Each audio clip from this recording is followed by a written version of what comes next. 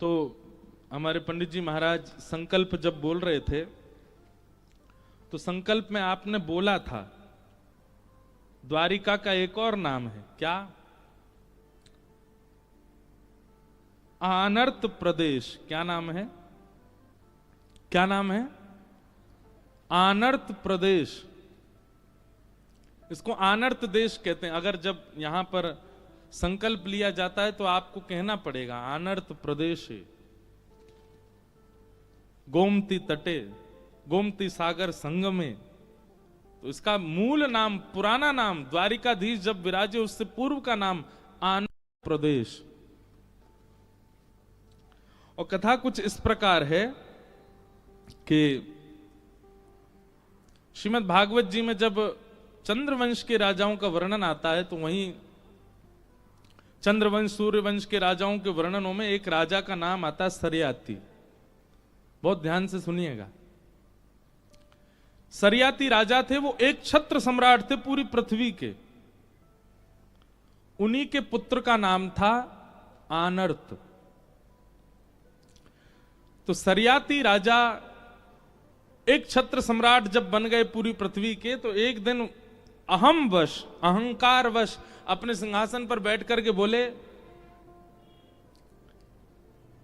ये पृथ्वी, ये भूमि, ये मेरी दासी है और मैं इसका स्वामी हूं। ये पृथ्वी मेरी दासी है। और ऐसा भी होता था बंधुओं कि प्राचीन काल में जब राजा होते थे तो उन राजाओं की आज्ञा पृथ्वी भी मानती थी। एक छत्र सम्राट यदि होते थे तो अगर राजा पृथ्वी को आज्ञा कर देते कि आपको यहां पर इस प्रकार की फसल उगानी है, तो पृथ्वी को वहां वो प्रकट करना पड़ता था, क्योंकि राजा को विष्णु स्वरूप ही माना जाता था। परंतु इस बात का कभी किसी राजा ने अभिमान नहीं किया कि वो पृथ्वी का राजा है। सरयाती राजा ने इसका अभिमान किया और एक दिन सभा में बैठ करके बोला ये पृथ्वी तो मेरी दासी है, मैं पूरी पृथ्वी का राजा हूं और पृथ्वी का स्वामी होने के नाते मैं ही परब्रह्म हूं, मैं ही नारायण हूं, मैं ही ईश्वर हूं।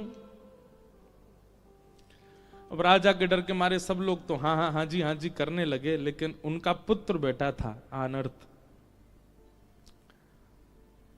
उसने हाथ जोड़ करके चरणों में प्रणाम करते हुए एक बात कही, बोले पिताजी आप जो कह रहे हैं वो बात बिल्कुल सत्य कि आप एक छत्र सम्राट हैं, पर आपने जो ये बात कही कि आप पृथ्वी के स्वामी हैं, ये आप गलत कह रहे हैं। आप पृथ्वी के एक छत्र सम्राट भी ठाकुर जी की कृपा से हैं। आप अपने आप को परब्रह्म परमात्मा भगवान नहीं मान सकते।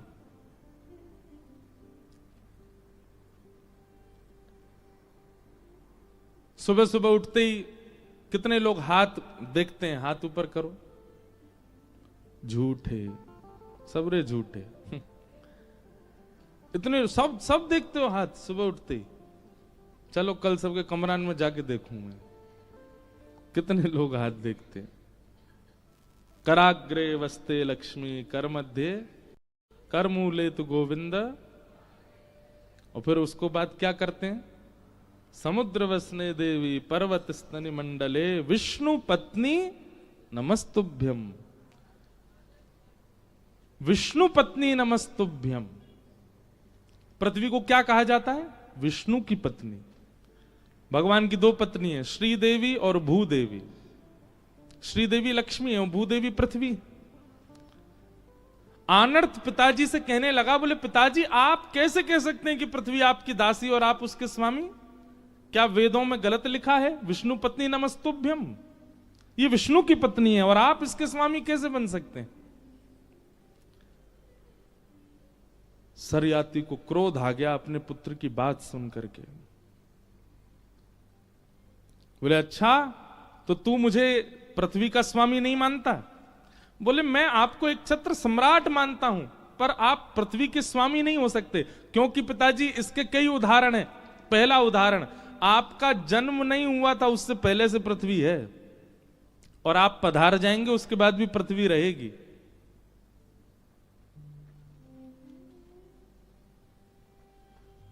वो अनादिकाल से है और अनादि तक रहने वाली, आप उसके स्वामी कैसे हो सकते हैं? वो आपसे भी प्राचीन है। और दूसरी बात भगवान की पत्नी है वो, और एक बार जिसका ब्याह हो गया, एक बार जिसको पतिवरण हो गया और सदा के लिए एक साथ रह रहे हैं, वेदों में भी प्रमाण है, उसका अन्य पति कैसे हो सकता है? इसलिए मैं वेद प्रमाण बात मानूंगा। आप पृथ्वी के सम्राट भले ही होंगे, स्वामी नहीं हो सकते। आनर्त और सरियाती में थोड़ी नोकझोंक हो गई।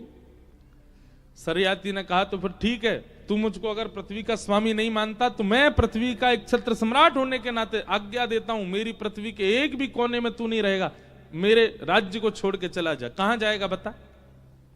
पूरी पृथ्वी पर मेरा शासन है और मैं अपने शासन में तुझे रहने नहीं दूंगा।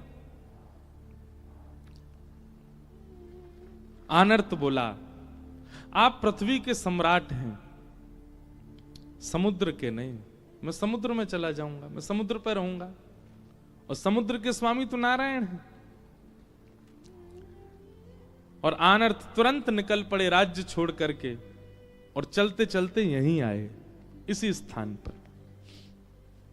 और यहां आकर के समुद्र में कटी भर प्रवेश करने के बाद, प्रवेश करते जा रहे थे, ऊर्ध्व भुजा धारण कर ली, एक पैर पर खड़े हो गए समुद्र की लहरों के बीच में, और वहीं तप करने लगे ठाकुर जी का। आनर्त के इस तप को देख करके श्री ठाकुर जी बड़े प्रसन्न हो गए, और प्रसन्न होकर के ठाकुर जी ने तुरंत समुद्र नारायण भगवान को आज्ञा की।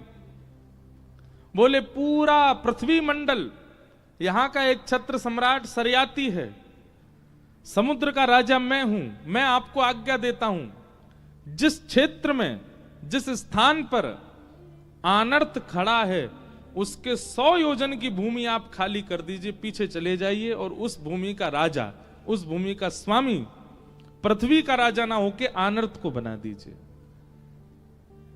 इस पूरे 100 योजन के भूखंड में पृथ्वी के राजा की आज्ञा नहीं चलेगी, ये मेरी आज्ञा है।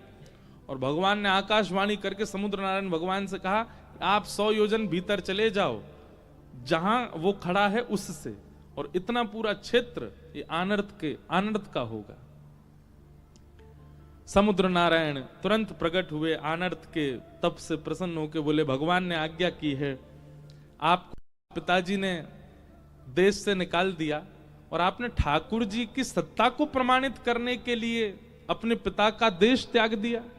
इसलिए भगवान ने आज्ञा की है कि आप जहां खड़े, यहां से चारों ओर 100 योजन तक ये आपकी भूमि है, यहां पृथ्वी पर किसी राजा का शासन नहीं होगा, और मैं अब पीछे हट रहा हूं। और समुद्र नारायण पीछे जाने लगे। आनर्त बहुत प्रसन्न तो हुए, पर नेत्रों में अश्रु भर आए। ठाकुर जी के चरणों में प्रणाम किया, बोले, भगवान मेरी एक कामना सुन लीजिए। भगवान प्रसन्न हो गए, प्रकट हुए, बोलो क्या चाहिए बताओ। बोले, एक भक्त कभी नहीं चाहता कि उसके नाम से या उसकी सत्ता से किसी बात का प्रचार हो। भक्त कभी प्रचार में नहीं रहना चाहता। मैं नहीं चाहता कि इतिहास में या भविष्य में लोग इस भूमिखंड को मेरे नाम से जाने। जब कभी भी मेरा नाम लिया जाएगा, मुझे तो पीड़ा होगी नाथ। आपने मुझे ये स्थान दिया है, ये भूमिखंड मुझको दिया है, मैंने मांगा नहीं था, मेरी इच्छा भी नहीं थी, पर आपने मुझे दिया है, तो कृपा करके अब मेरे इस स्थान को आप सुशोभित कीजिए, ये आपके नाम से जाना जाए, आपकी उपस्थिति से इसकी महिमा हो, ऐसी कृपा इस पर कीजिए। भगवान बड़े प्रसन्न हो गए। समझ रहे ना कथा पूरी? आनर्त से बहुत खुश हुए। ये कथा बहुत लोगों को नहीं पता होगी। भगवान बोले, हम योजना बनाएंगे और तुम्हारी इस भूमि को हम ही पवित्र करेंगे। फिर आनर्त के वंश में एक राजा हुए, उन राजा का नाम था रैवत। क्या नाम था? रैवत। रैवत की पुत्र की पुत्री का नाम था रेवती। रेवती जी का विवाह हुआ बलराम जी के साथ, और बलराम जी से रेवती जी के विवाह करने में रैवत राजा ने अपनी पौत्री, अपनी पुत्र की पुत्री के ब्याह में दहेज रूप में आनर्त देश को प्रदान किया। द्वारिका को प्रदान किया।